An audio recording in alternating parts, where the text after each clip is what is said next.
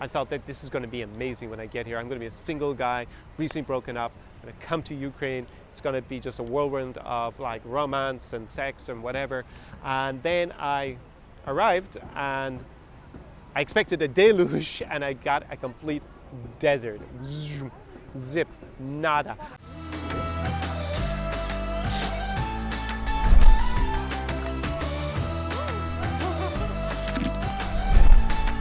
SAR Experience. So if you're thinking of learning a foreign language and you're really motivated, you should go ahead and check out the link below in the description to this YouTube video, or if you're listening on the podcast in the show notes, because there you're going to find my link to italki, which is a website with which I've found so many language tutors over the years. They have over 110 different languages there, and you can take the classes via Skype. That's what I did, one-on-one, to learn languages like Russian. I've also learned Ukrainian using teachers that I found on italki.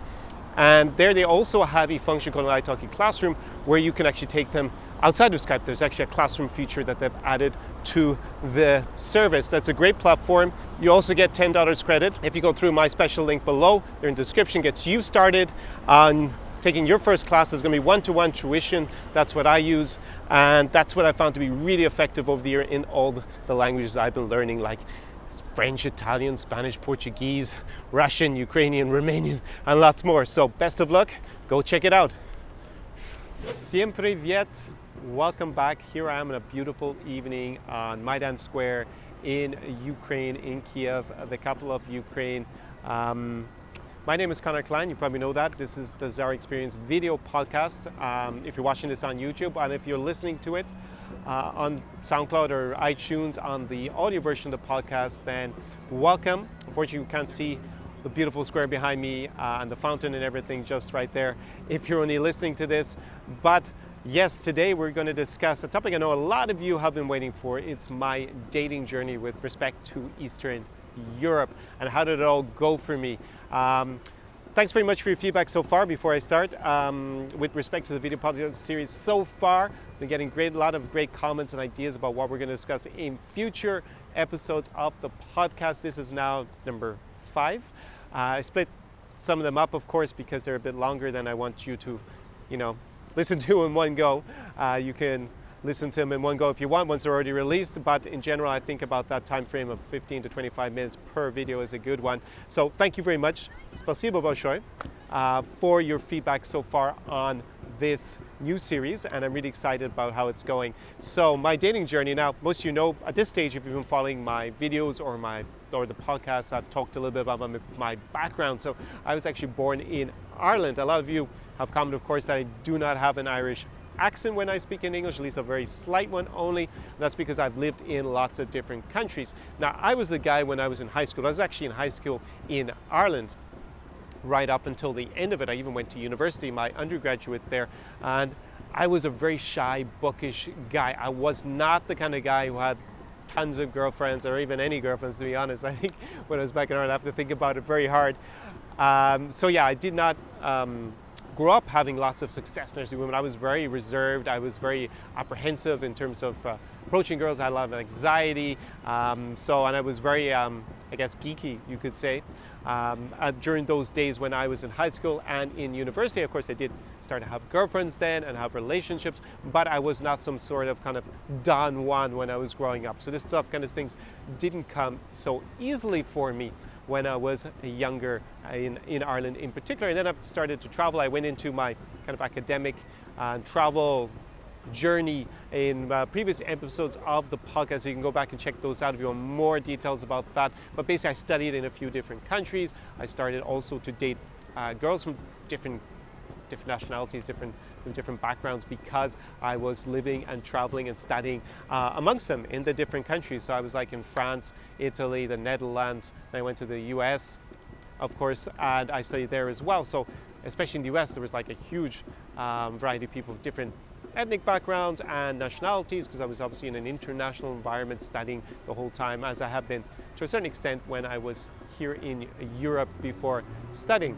So now when I was with respect to dating, of course, I did have girlfriends, I did have relationships. Some of them lasted a couple of years. I was still not, I would say, particularly au fait with approaching girls, or I still was very nervous a lot of the time, but I had built up a certain amount of confidence to a certain extent. So I think a lot of you out there probably relate to that kind of background. I mean, I think it's something that everybody goes through, you know, when you're young, everybody's shy and kind of insecure about themselves, and then you develop confidence, especially, and part of that is also in terms of dating with the opposite sex. So that's not so unusual. Now, when I was in Washington, DC, and I was studying there, I first started to learn a little bit of Russian. Went into that, of course, in a previous episode, and I started to date some Russian-speaking girls. And that's probably what a lot of you who are listening to this or watching it are interested in, since I make a lot of videos here in places like Ukraine, Belarus. Going to be going to Russia, hopefully very soon, to make you some videos from there as well. And a lot of you who I meet here, because you've been coming up to me on the street quite a bit in Kiev and in Odessa,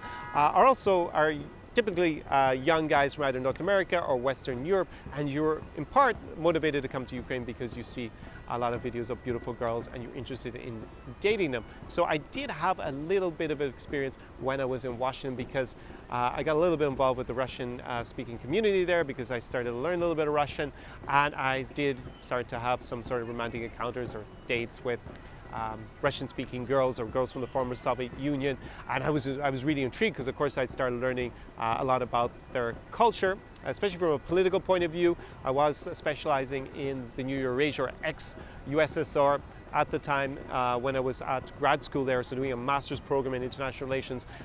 Going to why that didn't really help me on my first trip as much as I expected when I came here in the previous episode of the podcast. So if you haven't listened to that, please go and do that, and you get a little bit more detail. So they all went reasonably well. I wasn't disappointed or even maybe over enthusiastic either way.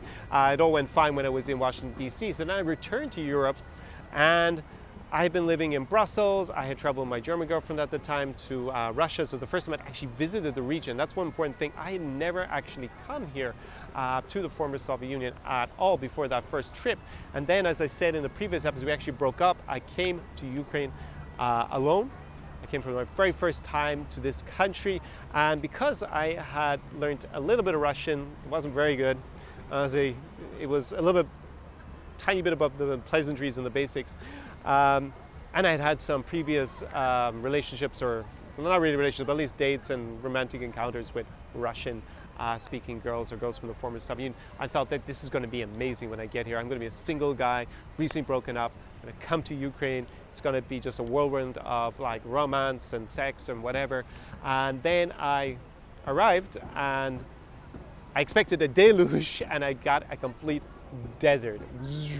Zip, nada. I remember, as I explained, I was suffering from a bit of culture shock, because I arrived in Lviv, everything was written in Ukrainian, in Lviv, in the western Ukraine especially, and I couldn't really communicate with anyone, and that made me kind of like close up a lot, because I wasn't really sure what I was going to say. Even when I was asking for a sandwich, which I always give as my example, or ordering or something, never mind trying to approach some stranger and chat them up or something. That was just like beyond me. I was really struggling. So I'll give you a very good example, which really, I think, typifies the experience I had when I came the first time. So I was in Lviv. It's a beautiful square in the center of Lviv. I have a great travel vlog from there, from the winter admittedly, that you should go and check out. We'll hopefully go back and make you a summer vlog pretty soon. And I'm sitting there in the main, on the terrace on the main square, market square in Lviv, and I'm at a restaurant called Veranda, and there's like groups of people hanging out, it's like a lounge atmosphere, smoking some shisha, drinking some wine or some champanskaya. In the summer, in the sun, it's like evening time like this. And I remember there was a table across from me, and there was like two girls and a guy at it, and there was one beautiful blonde Ukrainian girl sitting there, and she was chatting with her friends. She was getting maybe a little bit tipsy from the alcohol, and she started to look over at me a lot. At this stage, this is a good few years ago when I first came, and there were not so many Western Europeans traveling here, so I was obviously a little bit more unique than you're going to today, especially in Lviv or Kiev. And I remember thinking, okay, I got to say something to her, and I just couldn't get myself to go over and just at least say, hi, privyet, privyet, even if everything had gone wrong and she'd ignored me. Well, at least I would have acted on my desire to go and at least talk and get to know this girl. And at the very end, after she finished drinking, I was like sitting there frozen on the on the terrace of veranda. She just got up, she walked straight in front of me. She could have gone the other way where her friends were, and she gave me a big smile, and I still said nothing, right? So this is how I guess intimidated I was to a certain extent, because I didn't speak the language, I didn't know the culture. I felt very, shocked by everything. It was maybe a little bit of cultural overload of information. It probably an overkill of new things and stimuli coming at me, trying to read stuff that I couldn't understand, interact with people who I couldn't really speak to. So that stuck with me on that trip, and I really had to force myself, because I was like, Connor, this is going to be a miserable, frustrating holiday of 3 weeks in Ukraine if you cannot open up and talk to girls who clearly are expressing some sign of interest in you. Then you're going to have a very frustrating time. Now, I did over the next few weeks manage to kind of overcome that initial shyness. It was extremely hard, and I couldn't really have a proper, date and communication with anyone because I just didn't speak enough Russian, and they didn't speak enough English, any of the girls that I met in general when I was here the first time. I think things have improved in the last few years, and there is, especially here in Kyiv, a lot more English spoken, but at the time it was really, really, really difficult. And I continued on. I had a terrific holiday to a certain extent. Now, I did outline in the previous episode that a lot of bad things had happened to me as well because of the culture shock and not speaking Russian. Like, I got dragged for 36 hours when I was with a girl. Nothing bad happened to me, as far as I can remember anyways. Like my wallet, my phone, and everything else was there. I wasn't robbed or anything. Nothing. My innocence was still intact probably, although who knows, maybe some video will pop up someday in the internet. But anyways. And I almost got robbed of my new smartphone while in Odessa at a pizza club by a girl who kind of lured me into, I guess, I had some faith in her and confidence in her, and she ran off with my phone, basically. It was all very dramatic, but I did get it back, and I will go into more details about that in another episode of this podcast. It was a whirlwind of a trip. As I went into more detail in the last video, I was really motivated in spite of these bad things that happened, because I was really, I guess, curious about the girls here in Ukraine and other parts of the Soviet Union. I was also traveled to Moldova. Of course, I've been to Russia, I've been to the Baltic states. Our Russian is less spoken. The culture is more Europeanized, definitely today, than the other countries further to the east, or like Belarus, for example, which is probably the closest you're going to find to a Soviet mentality today that I visited, at least. And I was really curious and really motivated in spite of the problems I had on the first trip. I was really determined, I guess, to overcome these problems and start to have more fulfilling trips when I came here to Eastern Europe, especially as a solo traveler and a single guy. I definitely didn't want to miss out on all of that. So as I said in previous video about the traveling, I obviously invest a lot of time in learning Russian, because over the last 2 weeks, I think once a day someone has been coming up to me and saying, hey Connor, I'm really inspired by your videos here in Ukraine, Belarus, and other parts of Eastern Europe, and I've actually been motivated to come here as a result of them, which is great feedback to get. And I met one guy, Dan, I think his name was. He was like, I'm actually in Odessa for an entire month to learn Russian. And I said, okay, Dan, what things have you found difficult here so far? And he said, the language barrier. Even though he's even come motivated to learn Russian, it's still really difficult for him without the language. Language is number one, because there's more than just being able to speak in the same language. Like if everyone spoke English here, it would still not be quite the same thing, because if you go and learn someone else's language, you also have to try to understand their culture to a certain extent. And that puts you in their position. You get to see the world a little bit more from their point of view instead of just relying on your own. And this is very, very rewarding in terms of your own development, to be honest, because if you always stick with your own mind point, you don't really develop. You don't really get to see things, understand the other points of view that we have in the world and culturally. And then the third and most important, I think, in perspective of dating is that if you come here and you speak, say intermediate Russian, and you're interacting with local girls here, you can come over and say, hey, what's up? And you're acting pretty normal because you speak the language, but you don't have to say something, kind of in bad Russian and kind of halting Russian, and maybe something sleazy or something very direct because you don't really have the vocabulary or the language knowledge to be more polite or something. You're going to be, with these language skills, in a different category of person they meet, right? Because there are now lots of tourists here in Ukraine, lots of young guys. Like you see it here along Hreshadik, the number of Western Europeans, Arabs, Israelis, Turks, North Americans. There's a lot of tourism now in Ukraine, and a lot of the guys come here, of course, and they try to talk to all the girls, and they're really motivated, and they use English everywhere. Now, a lot of these guys are seen as sex tourists, or just annoying because they're kind of like, I guess, seen as just like every other tourist who's tried to talk to me today. But if you can actually start the conversations in Russian, and better than Privyet, как дела, ты говоришь по-русски, I mean, actually have a real conversation, say something deeper than, at least deeper than that, and get to, something like a B1, like at the very least B1, B2, like to have a real conversation. B1, B2, by the way, is on the European framework, common framework of languages. It's kind of a way that we measure language competency. So A would be the beginner level, B is intermediate, and C is the advanced level, just so you understand that kind of methodology or classification. Now, so if you can have real normal conversations in Russian, even if it's not perfect, you will go into a different category, which is like you actually spend time in the country, you went to the effort to learn the language. You are obviously not some sort of tourist here. You obviously spend some time in a similar country and you've learned the language. So that definitely gives you a huge boost if you're trying to date local girls, because you're not seeing like every other tourist. Whether that's some sort of sex tourist, I don't think that's probably as big a problem as it was in the past.